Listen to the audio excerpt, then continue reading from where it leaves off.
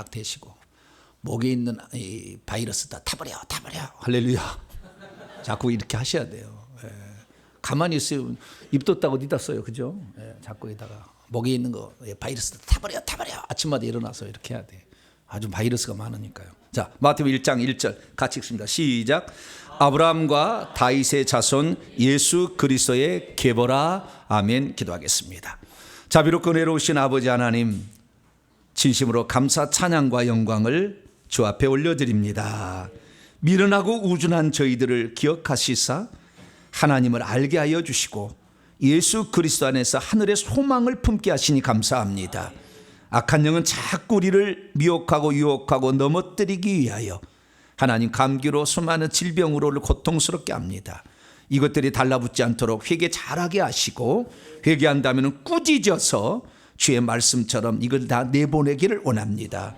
우리 성도들 강건케 도와 주시옵고 주일 출석 잘할 수 있도록 하나님 은총 베풀어 주옵소서.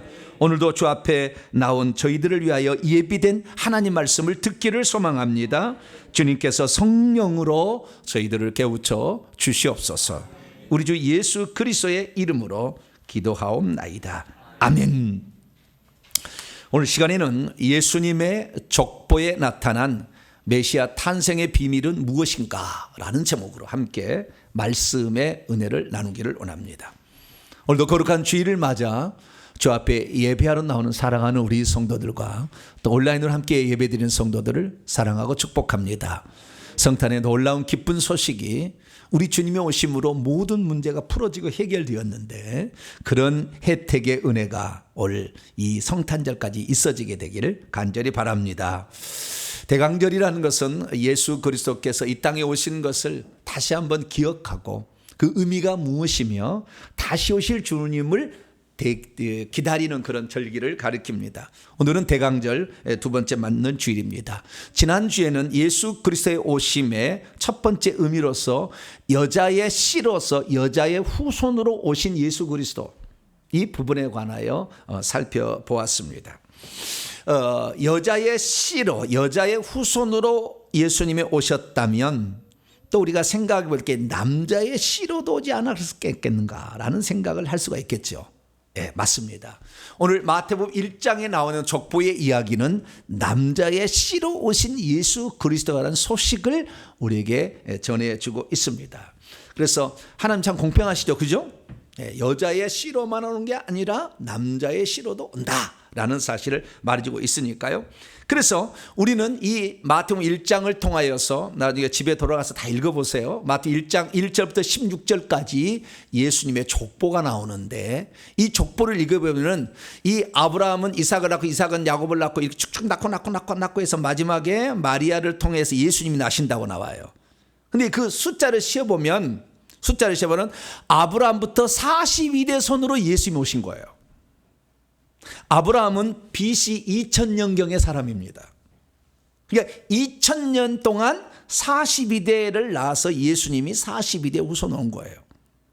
그러면 아브라함 이전에는 없었는가? 있었어요. 아브라함 이전에 보니까 아브라함은 아담, 그러니까 인류의 시조. 아담은 셋을 낳고 셋은 에노스를 낳고 쭉쭉 낳고 해서 아브라함은 20대 만에 나와요.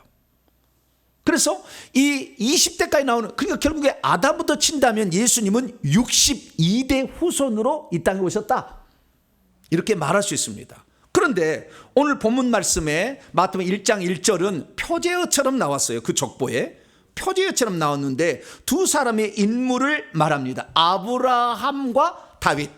그래서 예수님은 그 61명의 선조들이 있었는데 그 선조들 가운데 두 사람의 이름을 특별히 거론하여서 나는 아브라함의 후손이고 예수님이 나는 다윗의 후손이다 라고 두 사람의 이름을 거론하고 있다는 것입니다.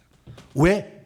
그 많은 61명의 사람들이 있었는데 59명의 사람들은 얘기를 안 하고 2명만의 사람들을 언급을 하고 있는 것일까요? 우리는 메시아 탄생의 남자의 씨로 오신 예수 그리스도의 두 사람을 통하여 우리에게 주시고자 하는 하나님의 뜻과 의도가 있는 것을 알아야 돼요. 그래서 오늘은 그 여자의 씨가 아닌 남자의 씨로 오신 예수 그리스도, 그걸 살펴보고자 합니다. 지난 시간에 제가 여자의 씨를 얘기했는데요.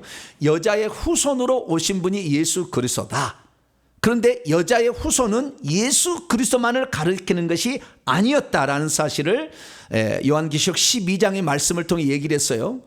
여자의 후손으로서 예수님은 첫 번째 철장 권세를 가진 이기는 자였고, 또한 계속해서 철장 권세를 갖는 이기는 자가 탄생할 것이다 라고 얘기를 했다는 거예요. 그러면 누가 그 여자의 후손을 낳느냐? 여자가 낳는 거잖아요. 그래서 여자의 후손이라고 그러잖아요. 그래, 여자가 돼야 된다. 여자는 뭡니까? 이기는 자를 산출하는 모체. 나도 이기는 자가 되고 남도 이기는 자가 만들어주는 그런 사람이 돼야 된다라는 말씀까지 드렸어요. 오늘도 마찬가지예요.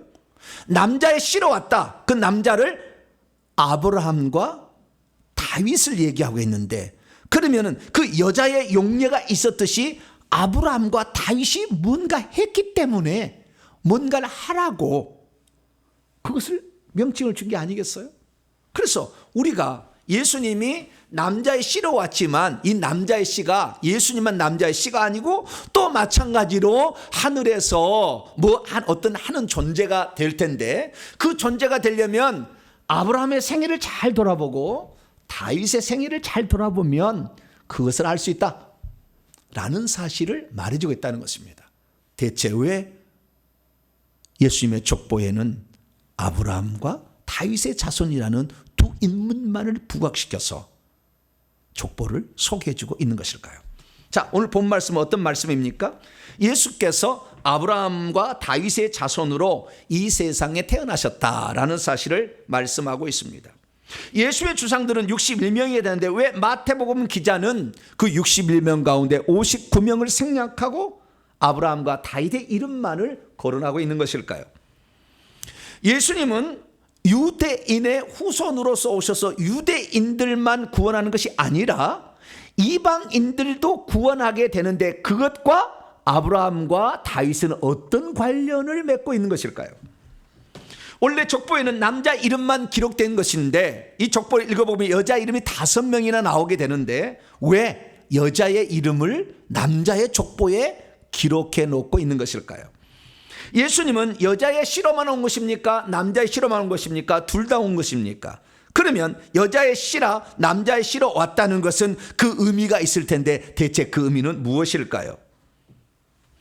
오늘 본문 말씀은 AD 50년에서 70년 어간에, 어느 때인지 정확히 몰라요, 그 어간에 마태라는 예수님의 12제자 가운데 한 명이 예수님의 일대기를 기록을 해놨어요. 그것이 마태복음이라는 복음서입니다. 그래서 우리는 이 세리였다가 예수님의 부름을 받아서 제자가 되었던 마태를 통하여서 예수님의 일대기를 공부를 할 수가 있는데, 그 예수님의 일대기의 첫 장 첫 절이 아브라함과 다윗의 자손 예수 그리스도의 세계라, 계보라 라는 말을 나오고 있다는 것에 주목할 필요가 있다는 것입니다. 왜 마태는 그 많은 사람들을 제치고 아브라함과 다윗을 소개해주고 있는 것일까요? 우리는 이 족보를 공부를 해보면 알지만 마태복음 1장 1절에서 16절까지 말씀을 족보를 비교해보면 3등분을 해놨다는 것이 나와요. 3등분을. 그것은 14대 3등분을 해놨어요. 그래서 아브라함부터 다윗까지 14대예요. 그 다음에 다윗부터 남유다 멸망까지 여호야킨 왕까지 14대예요. 그 다음에 바빌론 포로 가서 예수님 탄생까지 또 14대입니다. 그렇게 14대 3등분 해놨어요. 14 더하기 14 더하기 14는 얼마일까요? 전자계산기 두들겨 봐야 되죠. 저는 계산을 안 해요. 맨날 보면 항상 14 더하기 14 더하기 14는 계산기 두들려. 근데 요즘에 아이들은 금방 되잖아요. 그래서 우리가 나이가 들면 좀 멍청해지나 봐요.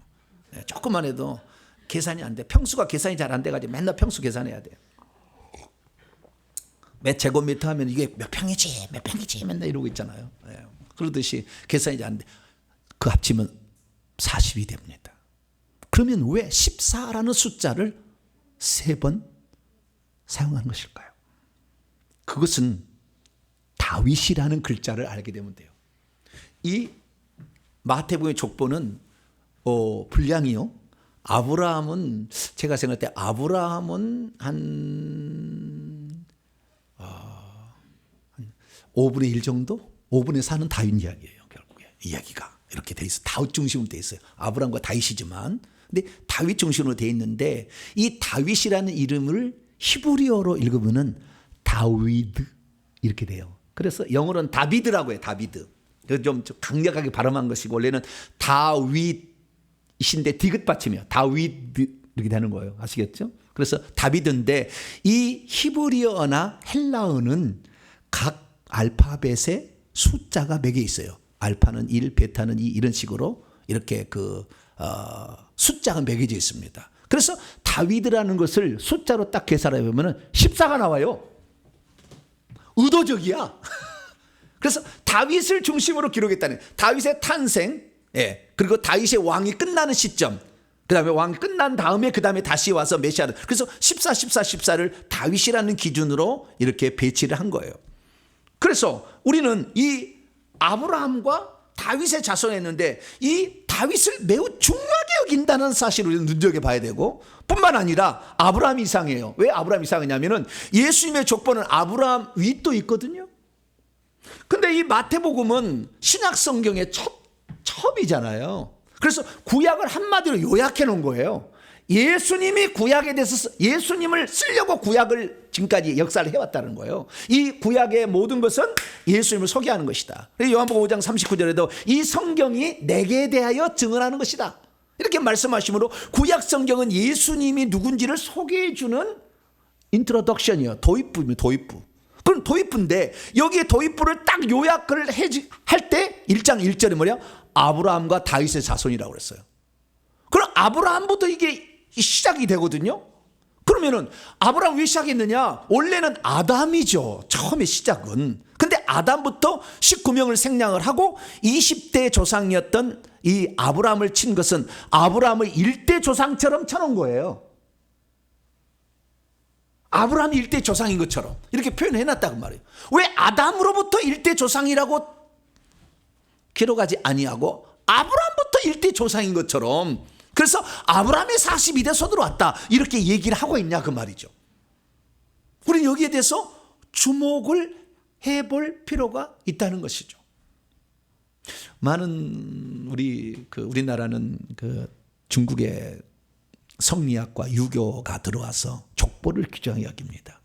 그래서 저도 족보를 따져봤어요. 왜냐하면은 제 속에 악한 영이 많이 들었더라고. 그래가지고 제가 족보를 딱 따져봐서 우리 족보가 어떤가 했더니 저는 하남정씨입니다. 중국의 하남성이라는 성이 있는데 그 하남성에 살던 사람이 고려 공민왕 때 노국공주를 따라서 1392년에 우리나라에 들어왔어요. 그래서 우리나라에 터를 잡고 살아가지고 1500년에 제가 살던 고향 신덕리라는 고향에 와서 500년 동안 그 서당을 세워가지고 사람을 공부시켜서 정계를 진출시킨 사람이에요. 우리 가문이.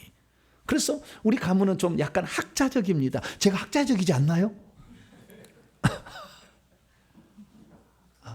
네, 그 후손인가 봐요. 네. 그래가지고 그래서 그거 따지고 봤더니 우리나라에 들어온 그 시조가 정사조라는 시조인데 24대 후손이에요. 제가 24대. 여기도 뭔가 족보를 기록했단 말이죠. 근데 그 이름을 우리가 기억한다는 것은 그 이름이 많은 이름인데 가는 생략하고 두 사람만 딱 앞에다 해놨다는 거예요. 이걸 주목할 필요가 있다. 왜? 나는 그의 자손이라고, 예수님이 말해요. 나는 그의 자손이라고 불리기를 기뻐한다. 왜? 나는 그들을 좋아하니까. 이런 의미가 여기에 들어있지 않겠습니까? 그래서 이 예수님의 족보는 남자의 씨의 족보에 관한 얘기를 잘 들어보면 이것은 아브라함을 시작으로 하고 다윗을 중심으로 펼쳐놓은 족보 이야기다라는 사실을 알 수가 있습니다. 이건 분명히 무엇인가를 의미하고 있겠죠. 믿음이 있어도 메시아의 족보의 비밀을 잘 모르면 족보의 머릿말의 의미를 슬쩍 넘어갈 수 있습니다. 믿음이 있어도 메시아의 족보의 비밀을 잘 모르면 왜 아브라함을 예수님의 1대 조상처럼 기록하고 있는지를 잘 모릅니다. 믿음이 있어도 메시아의 족보의 비밀을 잘 모르면 왜 다윗에게만 왕의 칭호를 부여하고 1장 6절에 보면 다윗만 왕이라고 칭호하고 있어요. 왜 다윗에게만 칭호, 직분이라는 것을 붙여놓고 있는지를 잘 모릅니다. 믿음에서도 메시아의 족보의 비밀을 잘 모르면 왜 예수님의 족보를 14로 구분하고 있는지도 잘 모릅니다. 믿음이 있어도 메시아의 족보의 비밀을 잘 모르면 왜 남자의 족보에 여자 이름이 5명이나 기록되어 있을까도 잘 모릅니다. 믿음이 있어도 메시아의 족보의 비밀을 잘 모르면 아브라함과 다윗을 왜 하나님이 부각시켜 놓았는지를 모른 채 지나갈 수 있습니다. 하나님께서 장차 우리 동탄명성교회 사람들의 이름을 부르실 때에 그 사람들 가운데 누구의 이름을 부각시켜 준다는 것은 주님의 자랑이지 않겠습니까? 아브라함과 다윗은 주님의 자랑이었어요. 저와 여러분은 기왕 천국에 들어갈 때 이 교회를 언급할 때 나는 그를 자랑스럽게 여긴다. 할렐루야. 그런 성도가 될 수 있기를 축원합니다. 자, 그러면 마태복음 1장의 족보가 알려주는 메시아 탄생의 비밀은 대체 무엇일까요? 우리는 아브라함과 다윗의 후손이라는 말을 통해서 아브라함에게도 하나님께서 무슨 약속을 하셔서 후손을 보내주겠다 약속을 하신 게 있고, 다윗에게도 후손을 보내기 약속했다는 걸 알 수가 있어요. 구약성경을 다 읽어보게 되면 아브라함의 후손이다, 다윗의 후손이라고 딱 나와요. 다른 데는 그런 말이 안 나와요. 두 사람만 나와 있어요. 그래서 창세기 22장에 읽어보면 아브라함에게 네 후손으로 메시아를 보내겠다 딱 나와버렸어요. 사무엘하 7장을 읽어보게 되면 다윗의 후손으로 내가 메시아를 보내주겠다고 하나님 딱 약속이 딱 나와요. 다른 사람 없어요. 두 사람만 딱 나와요. 그래서 우리는 그것을 통해서도 암시를 받을 수가 있습니다. 그래서 우선 알 수 있는 것은 뭐냐면 하나님께서 아브라함의 씨로서 메시아를 보내준다, 다윗의 씨로서 메시아를 보내준다라고 약속에서 약속의 성취로 왔다는 거예요. 그 약속의 성취인데 이것이 지난 시간과 합쳐보면은 창세기 3장 15절에는 여자의 후손으로도 온다고 얘기를 했잖아요. 그게 여자의 후손으로 온다는 약속, 아브라함의 후손으로 온다는 약속, 다윗의 후손으로 온다는 이 세 가지 약속이 하나로 뭉쳐진 것이 예수 그리스도. 그래서 우리는, 저와 여러분은요, 하나님의 약속을 귀히 여길 수 있게 되기를 축원합니다. 약속의 성취로 오셨다는 거예요. 그래서 오늘 본문 말씀에는 바로 남자의 씨로 온다는 약속의 성취로서 예수님이 오셨다라는 것을 말해주고 있다는 것입니다. 그렇습니다. 예수님은 아브라함과 다윗의 씨로 오신 것이고 여자의 후손으로 오신 것입니다.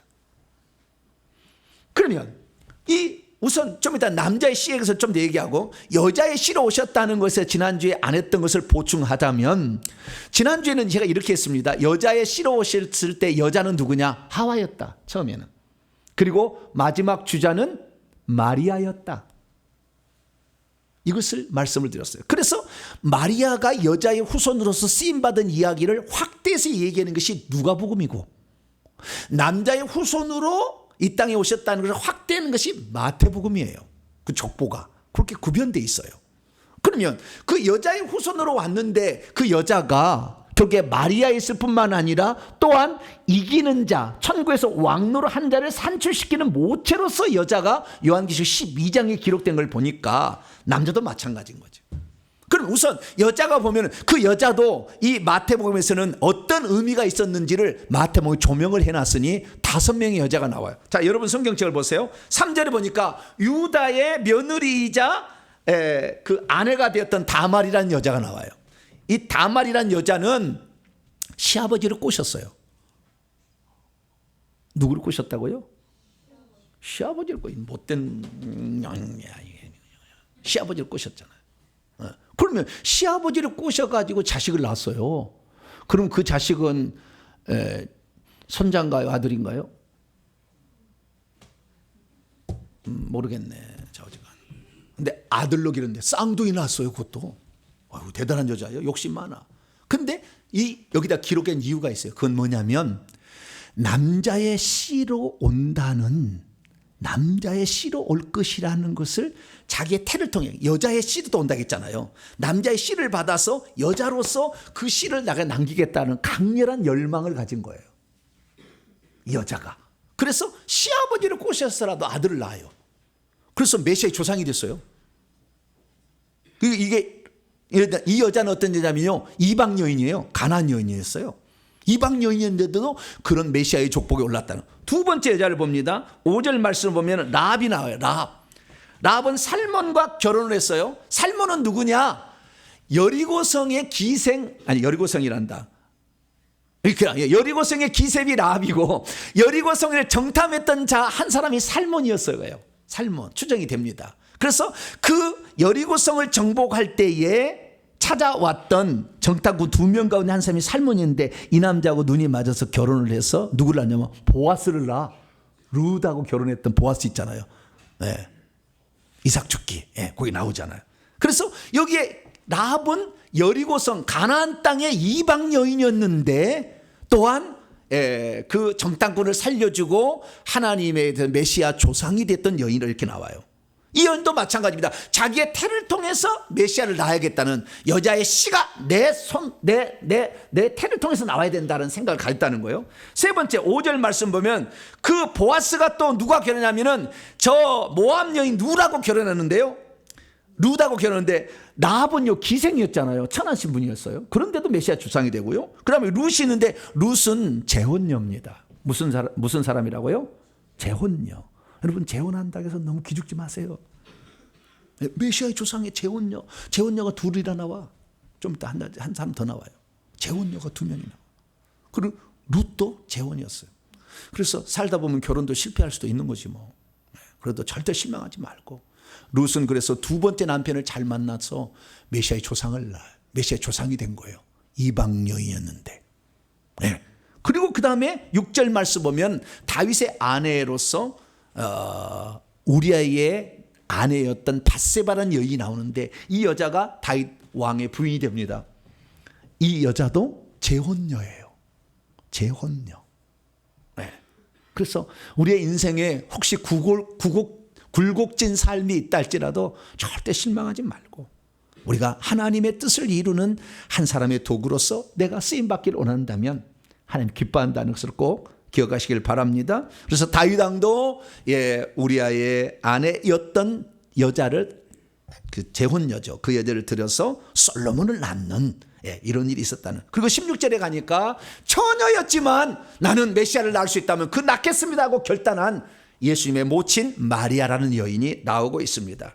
그래서 우리는 여자임에도 불구하고 이렇게 또 이방 여인이었음에도 불구하고 천한 직분을 가졌던 사람에도 불구하고 결혼을 2번 했다 할지라도 자신의 태를 통해서 씨를 유전하고자 하는 강렬한 열망, 하나님의 뜻을 약속을 성취하고자 하는 강렬한 열망을 가지면 주님께서 얼마든지 기뻐한다. 이 사실을 마음에 새기시고 나도 하나님 나라의 약속을 성취해드리는 그렇게 살기를 원하는 복된 성도 되기를 축원합니다. 자, 그러면 예수님께서는 왜 마태복음에서는 아브라함과 다윗의 자손이라고 표현하고 있을까요? 그것은 남자의 씨라는 거예요. 그럼 지난주에 내가 말씀드렸습니다. 예수님이 여자의 씨로 온 것은 여자가 죄를 범하였으니 여자가 해산의 수고를 통해서 그 죄를 보속해야 된다. 그래서 여자가 자식을 낳아야 된다는 것이었고, 여자가 남자의 씨를 받아들이면 귀신을 같이 받아들이는 거니까 태를 하나님 보호하시고 태 속에 귀신을 뽑아내가지고 마리아의 태를 보존해서 깨끗한 상태에서 임신하려고, 그래서 흠없는 속죄양을 만들기 위해서 남자의 씨가 들어오지 않은 성령이 들어와서 아기를 낳은 것이었다는 말씀을 드렸어요. 그러면 왜 남자의 씨인데 이 남자의 씨를 아브라함과 다윗이라고 언급하고 있는 것일까요? 이것은 하나님께서 2 사람을 통해 우리에게 들려주시고자 하는 메시지가 있는 것이죠. 여자들을 통해서 들려준 메시지는 뭐냐면 자신의 태를 통하여 메시아를 낳겠다는 하나님의 약속을 내가 이루어 드리겠다. 지 천국 복음을 내가 전하겠다. 내가 정하는데 하나님 미랄이 되겠다라는 그러한 그 약속의 말씀을 붙잡고 갔던 것처럼 아브라함과 다윗도 그런 뭔가가 있다라는 거죠. 그래서 제가 조사를 다 해봤어요. 조사를 해봤더니 2 가지입니다. 첫째, 아브라함. 결론부터 말씀드립니다. 하나님이 아브라함의 후손으로 예수님이 오셨다고 아브라함을 예수님의 조상이라고 인정해 준 이유, 그것은 그러니까 아브라함은요, 예수님이 언급하기를 천국에 들어간 구약 성경의 첫 번째 성도라고 인정을 해줘요. 나중에 배웁니다. 무슨 말이냐면 믿음으로 천국에 들어간 첫 번째 표상으로 언급하는 겁니다. 다시 말해서 혈통적으로 아브라함부터 안 내려와서 혈통적이 아니라 할지라도 믿음만 있으면 하나님의 자녀가 되어서 천국에 들어가는 사람의 예표로서 아브라함을 말해주고 싶었던 거예요. 다윗은 뭐냐? 다윗은 천한 신분이요, 목동이요. 천한 신분이었는데 그것도 후처의 소생이요. 천한 신분이었는데 그럼에도 불구하고 최고의 왕이 되었듯이 너희들도 나를 기쁘시게 하는 자가 된다 한다면 너희들의 과거의 전력이나 조상들의 전력에 관계없이 너희도 하늘에서 왕노할 수 있는 자가 된다라는 것을 가르쳐주기 위해서 주님이 그랬다는 걸 알 수 있어요. 제가 근거를 지금부터 말씀을 드리겠습니다. 첫째, 아브라함을 예수님의 조상으로 기록한 것은 누가 과연 구원을 받아 천국에 들어갈 수 있느냐? 믿음을 가지고 가면 되고 잘못하면 실수하면 회개하면 된다. 이 사실을 알려주기 위하여서 아브라함을 거론한 것입니다. 왜 그랬습니까? 하나님께서 아브라함에게 나타나서 너는 이렇게 얘기했잖아요. 네? 너의 본토 친척, 너의 고향과 친척, 아버지 집을 떠나 내가 너에게 보여줄 땅으로 가라. 그랬더니 하나님의 말씀을 따라서 갔다는 거예요. 그런데 이 창세기 12장의 말씀을 보게 되면 그냥 따라갔으니까 따라간 모양이다 생각하지만 히브리서 11장 8절에 보면 그렇지 않아요. 믿음으로 아브라함은 부르심을 받았을 때 순종하여 장래 유업으로 받을 땅에 나아갈새 갈 바를 알지 못했지만 나갔다는 거예요. 그러니까 하나님이 말씀하시면 분명히 땅이 있다 그러면 땅은 안 보여. 그런데 땅이 있대요. 그러면 땅이 있다는 그 하나님 말씀을 믿고 갔다는 겁니다. 그러니까 우리가 누군가 천국에 들어가려면 천국이 있다라는 것을 분명히 하나님께서 우리에게 창조주가 알려주면 그걸 믿고 따라가는 거죠. 그래서 아브라함은 그 믿음으로 천국에 들어간 사람이었다라는 것입니다. 그러니까 만약에 아브라함을 혈통적으로만 따진다고 하면 우리는 이방이나 유대인이 아니잖아요. 그럼 우리는 천국 못 가게 돼 있어요, 원래. 근데 하나님께서는 우리를 혈통적으로만 따지는 것이 아니라 믿음의 혈통을 만든다는 거예요. 믿음의 혈통의 조상이 아브라함이었다, 이걸 말하고 싶은 거예요. 그래서 아브라함은 하나님께서 먼저는 땅을 준다고 했더니 아멘 하고 믿었다는 거예요. 우리 교회도 앞으로 땅을 주실 줄로 믿습니다. 네, 땅을 믿으면 되는 거예요. 두 번째는 뭐냐면 자손을 하늘의 별처럼 주겠다고 어느 날 밤에 발고 끌고 나가가지고 하늘의 별을 보라 했어요. 하늘의 뭇별 모든 별을 바라보라. 네 자손이 이와 같으리라. 그랬더니 뭐요? 아브라함이 그걸 믿었대요. 그랬더니 로마서 4장 18절 보니까 아브라함이 그 믿은 것이 그냥 믿은 것이 아니라 바랄 수 없는 중에 바라고 믿었다는 거예요. 나이가 많아가지고 아이를 낳을 수 없었어요. 특히 부인은 아이를 낳을 수 없었어요. 아이 딱 나중에 하나님의 은혜로 낳는데 그 이상 낳고 못 낳았어요. 딱 하나 못 낳은 거예요. 원래 못 낳는 여자였어요. 불이 많은 여자였어요. 그런데 아이를 나만 낳고 싶으면 낳는 거예요, 남자가? 네? 마누라가 안 낳아주면 낳을 수 있어요, 없어요? 내가 그래가지고요, 우리 집사람 설득하느라고 힘들었어요. 우리 예지가 그냥 나온 게 아니에요. 내가 엄청 설득을 많이 했어. 하나만 낳으려고 안 낳는다고 그래. 나야 뭐 10명이라도 낳고 싶지. 네. 우리 어머니도 10명을 낳았는데 10명 낳았는데 안 낳겠다는 거예요. 네. 낳아야 된다. 아니 안 낳아요. 그런데 아이가 생겨버렸어. 할렐루야. 얼마나 은혜가. 하나님이 주신 생명은 반드시 축복된 생명이니까. 예. 얼마나 반주 잘해요. 할렐루야. 예. 이런 귀한 딸이 나올지 어떻게 알았냐면 절대음감을 갖고 악기를 3개를 다뤄요. 예. 치위생사요. 할렐루야. 죽을 때까지 가지고 돈 벌어먹는데 문제가 없어. 왜냐면 골목마다 상가마다 다 건물 하나마다 치과 있잖아요. 예. 그러니까 예. 이런 좋은 직장이 있을 수가 없어. 내려갈 때예요. 예. 복덩이야.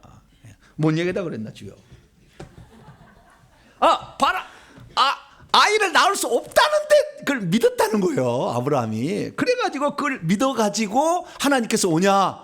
너는 말도 안 되는 걸 잘 믿는다. 내가 말하면 진리라고 믿는다. 우리는 예수님 말하면 진리라고 믿어야 돼. 할렐루야.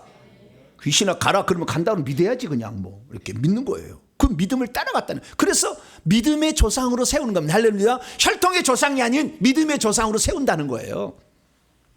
그리고 뿐만 아니라 아브라함에게 그렇게 해서 나중에 아들이 생겼어요. 딱 하나 생겼어. 생겼는데 그 아들이 25인지 36인지 학자마다 달라요.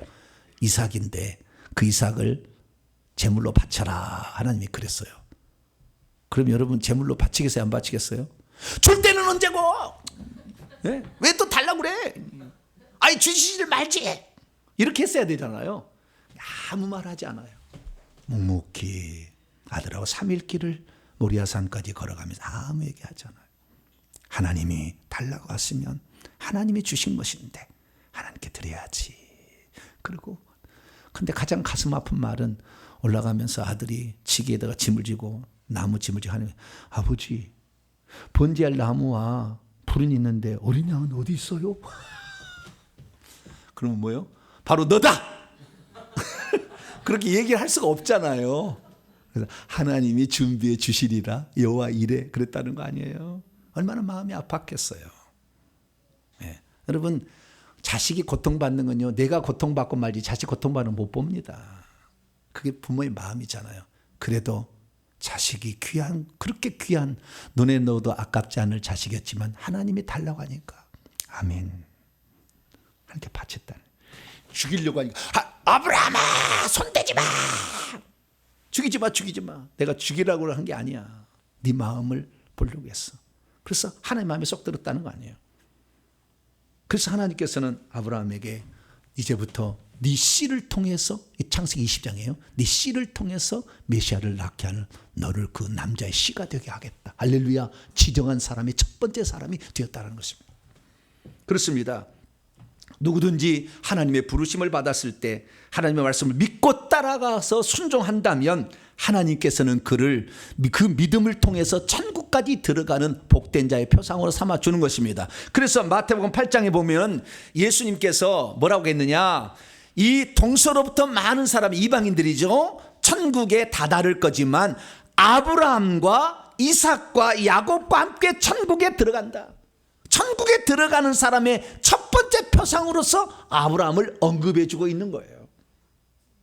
믿음으로 하나님 말씀을 믿고 따라가면 천국을 약속해 주니까 너희들도 믿음을 가져라. 할렐루야. 그 얘기를 했다는 거예요. 그래서요, 천국은 어떤 것입니까? 구약에는 낙원이라고 불렸는데 그 낙원을 아브라함의 품이라고 합니다. 천국을. 왜? 아브라함을 천국에 들어가는 표상으로 삼았으니까. 그래서 누가복음 16장 부자와 거지 나사로의 비유를 보면은 거지 가지고 천사들에게 받들려 갔는데 낙원이 아브라함의 품이다라고 얘기를 해줬다는 거예요.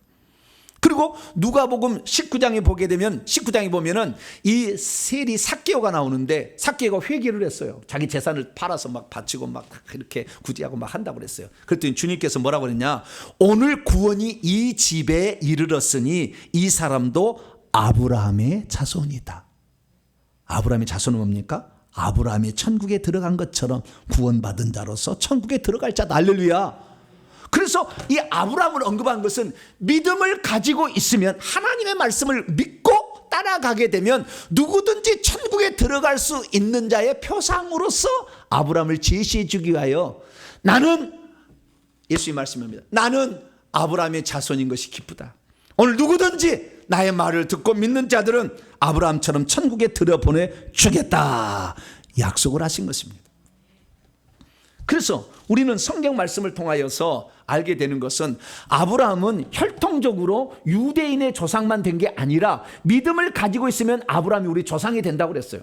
그래서 사도 바울이 해석을 해놨어요. 로마서 4장 16절에 상속자가 되는 것이 그냥 혈통적으로 태어났다고 해서 되는 게 아니라 믿음으로 된다는 거예요. 약속을 믿으면 그의 후손이 된다는 거예요. 그래서 율법에 속한 자, 혈통적으로 태어났든지 그 다음에 이방인이랄지라도 믿음을 갖게 되면 아브라함처럼 똑같이 천국에 들어가니 아브라함은 모든 믿는 자, 이방인과 유대인의 조상이 된다라고 말씀했다는 거예요. 그러니까 아담부터 채주지 않는 것은 부름받은 조상, 믿음의 조상으로서 아브라함을 예수님의 일대 조상처럼 표현하는 것은 너희들이 믿음을 갖고 있으면 너희들도 마찬가지로 천국에 들어갈 수가 있느니라. 할렐루야. 그것을 말해 주려고 아브라함을 기록한 것입니다. 두 번째는 뭐냐? 그러면 들어가기 전에 한 가지만 더 살펴보면 그 아브라함에게 그럼 어떤 복이 주어졌느냐? 아브라함이 하나님을 믿음에 칭의가 그에게 주어졌고 그 칭의를 믿음으로 말미암은 사람들은 다 똑같이 칭의를 얻게 돼서 아브라함이 자손이 되고 믿음이 있으면 믿음이 있는 아브라함과 함께 복도 받게 되고 뿐만 아니라 우리가 그리스도를 믿으면 아브라함의 자손으로 상속자가 된다는 복을 주고 있으니 저와 여러분은 하나님의 약속의 말씀을 믿고 따라가길 축원합니다. 두 번째는 다윗이에요. 그럼 왜 다윗을 메시아의 족보의 머릿말로 썼느냐? 이것은 누가 천국에서 들어가서 왕노를 할 것인가를 가르쳐 주기 위해서 그런 거예요. 그래서 1장 6절 말씀을 보세요. 여러분 성경책 보세요. 1장 6절 보면은 이새는 다윗 왕을 낳으니라. 그렇죠? 다른 데는 다 직분이 없어. 근데 고향반만 왕이라는 말을 딱 붙여놨어. 다윗 왕이라는 것을 그에게 주겠다라는 것입니다. 그러면 다윗은 대체 어떻게 돼서 왕이 된 것일까요?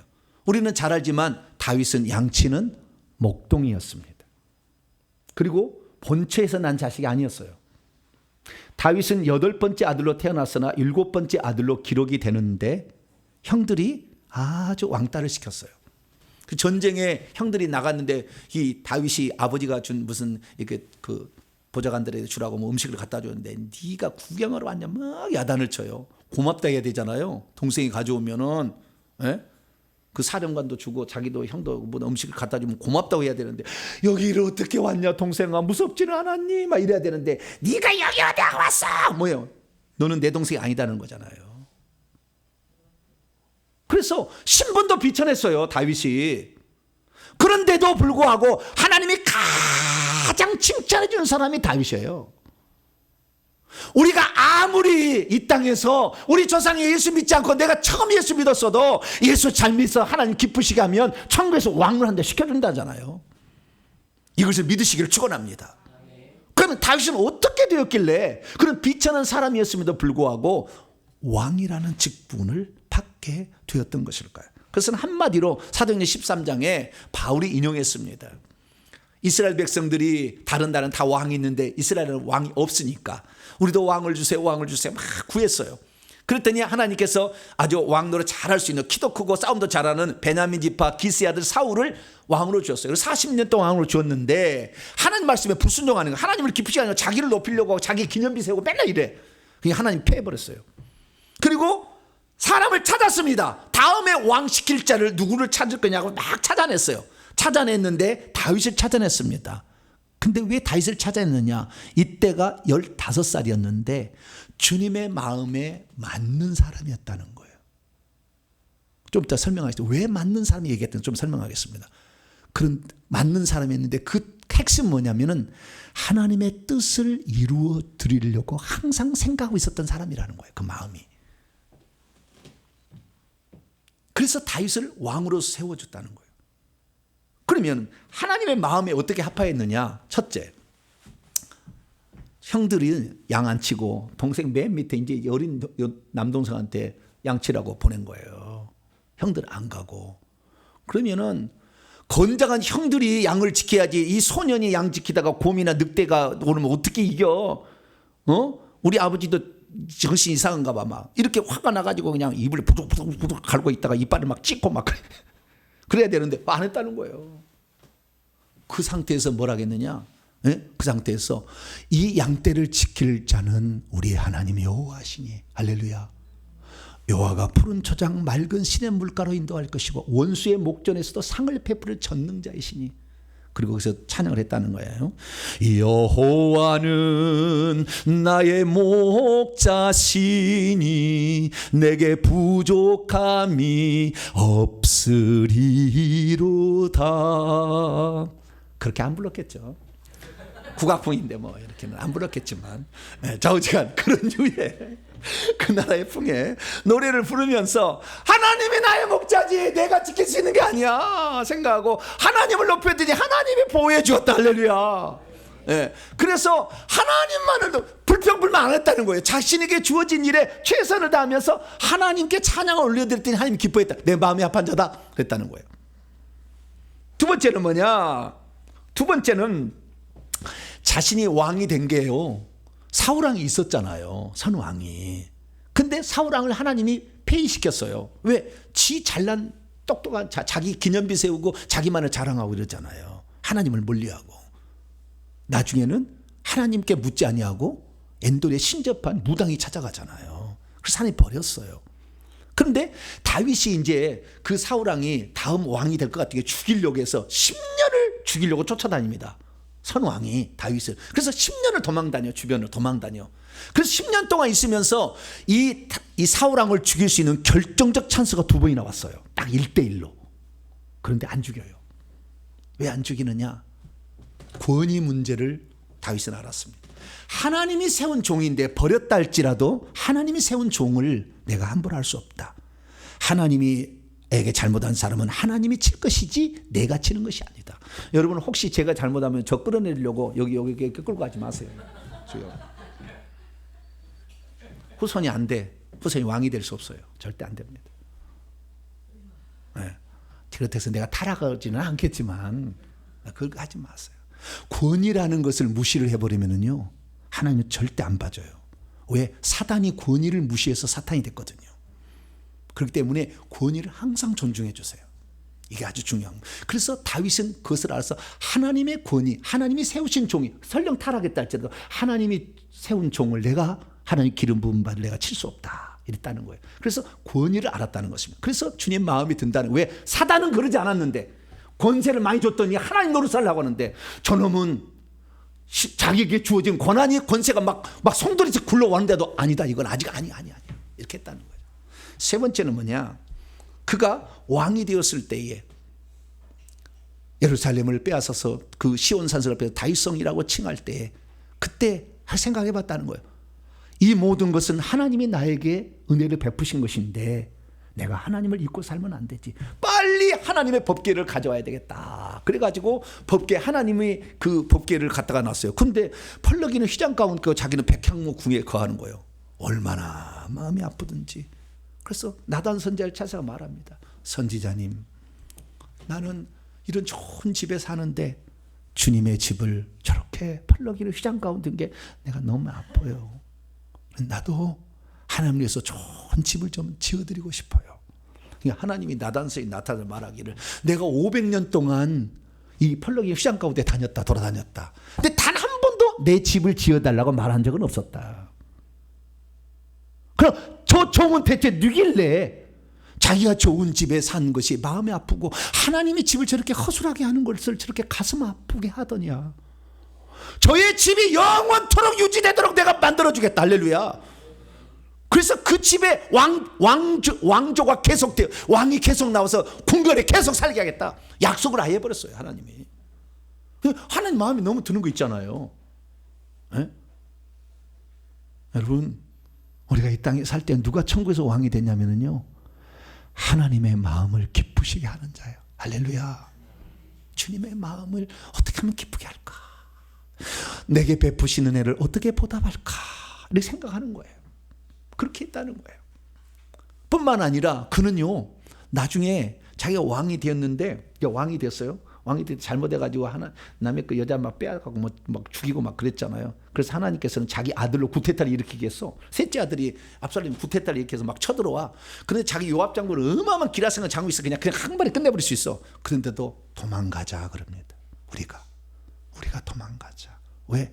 하나님이 나의 잘못으로 징계를 내리는데 내가 힘이 있다고 그걸 쳐버리는 것은 하나님의 뜻이 아니다. 왕직이라도 이게 중요한 게 아니라 하나님과 나가 멀어지는 것이 문제인 것이지. 하나님이 함께 한다면 내가 어디를 간든 무슨 어려움이 있겠느냐. 할렐루야. 기꺼이 왕위를 버리고 갑니다. 자기 지위를 내려놓을 줄 알아. 그리고 마지막으로 이 하나님께서 그러는 거예요. 제가 집을 지어두고 싶습니다. 그런데 하나님이 그러는 거야. 아니야, 다이다. 집을 짓는 것은 싸움하는 사람이 짓는 게 아니고 싸움 안 하는 평화의 왕이 지어야 되니까 네 아들한테 집을 짓게 하고 너는 여기서 끝내라. 그랬더니 다윗이요 그렇게 열망했는데 그걸 다 끝내요. 그래서 이 다윗의 아들 솔로몬이 집을 지을 수 있도록 모든 준비를 다 했는데 자기 목숨 걸고 전장에 나가서 싸웠던 전리품을 다 갖다가 성전 짓는데 다 기부를 해버립니다. 다윗이 모든 것을 기부를 해버려요. 그냥 하나님 마음에 들겠어요, 안 들겠어요? 드니까 족보를 14 다윗을 기준으로 했지. 그리고 그에게는 왕이라는 칭호, 이렇게 살면 내 마음에 합한 사람으로 산다면 나는 천국에서 영원히 왕직을 수행하게 하겠다. 할렐루야. 그래서 천국에 가보니까요, 천국에 많은 사람들이 지금 천국에 살아요. 예루살렘에 단 2사람만 왕복을 입고 다니고 있어요. 다 흰옷을 입고 다녀. 천국에 가니까. 누구만 왕복을 입고 있느냐? 다윗. 또 하나 누굴까요? 솔로몬. 2사람은 왕복을 입고 있어. 근데 다윗은 빛나는 왕복, 금면류관에 빛나는 왕복, 찬란한 그냥 빛이 막 돌아다니면 빛이 나, 옆에가 막 이런 왕복을 입고 있는데 솔로몬은 빛이 하나도 초라해. 빛이 없어. 왕복을 입긴 입었으나. 왜 그랬어요? 솔로몬은 자기가 왕이 돼서 영광을 자기가 자기가 받아버렸거든. 근데 다윗은 내가 받을 것이 아니라 하나님 받아야 된다. 할렐루야. 그렇게 살았으니까 삶 자체가 다른 거예요. 솔로몬은 다윗의 씨라는 것의 일대 후손이니까 왕복을 입혀주었지만 그러나 그런 삶을 살아내지를 못했던 것이죠. 오늘 우리는 솔로몬은 자기 아버지가 왕이 있으니까 혈족으로 처음부터 복을 받고 태어난 사람인데도 그렇게 살지 못했잖아요.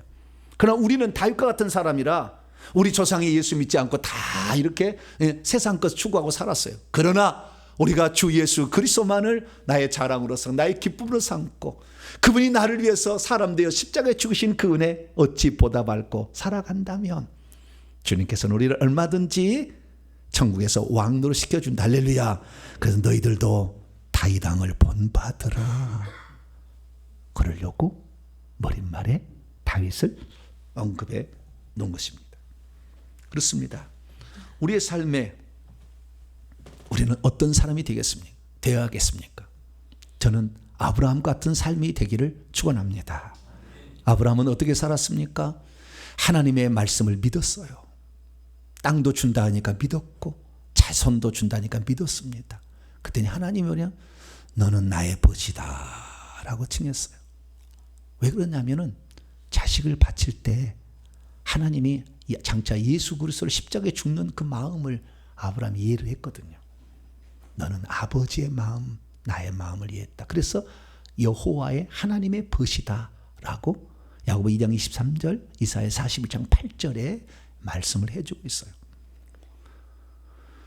그래서 이 아브라함은 그 하나님의 마음을 알아서 아비의 심정을 가졌다면 다윗은 예수 그리스도 가지고 관련이 깊어요. 왜냐하면 천국에 지금 가신 예수 그리스도께서 자신의 칭호를 칭할 때 뭐라고 칭호냐면은 나 예수는 다윗의 뿌리요 자손이다. 나는 다윗의 뿌리이지만 나는 다윗의 후손으로 태어난 것을 자랑스럽게 여긴다 말했던 거예요. 왜? 다윗처럼 하나님을 높이고 하나님 마음을 흡족하게 한 자가 없었기 때문에. 그래서 나는 다윗의 피조물인 다윗의 그 후손이라고 칭함을 부끄러워하지 않는다. 뿐만 아니라 다윗이 30세 왕이 올라서 40년 동안 통치를 하게 되는데 유다 지파의 왕으로서 헤브론에서 7년 6개월 동안 다스리고 예루살렘에서 33년 반, 예수님의 생애와 똑같잖아요. 예루살렘에서 33년 반 동안 이스라엘과 유다를 다스리게 되는데 천국에 있는 그 도성의 이름을 새 예루살렘이라 해. 다윗이 예루살렘에서 왕을 했는데 그 이름을 그대로 갖다 써요. 거꾸로 쓴다니까. 하나님의 이름을 이 땅에 쓰는 게 아니라 이 땅의 것을 하나님이 가져가서 쓴다니까요. 왜? 그만큼 마음에 드니까. 저 여러분 어떻게 지금 살아가고 있습니까? 하나님 마음에 드는 자입니까? 수많은 사람들이 있지만 나는 61명 가운데 2사람의 이름을 자랑하고 싶구나. 주님이 그러는 거예요. 이 기회를 바라볼 때 나는 누구를 자랑하고 싶다 라는 말한 사람이 되기 위하여 오늘도 하나님 말씀하셨다면 그 말씀을 믿고 순종하는 자가 되기를 축원합니다.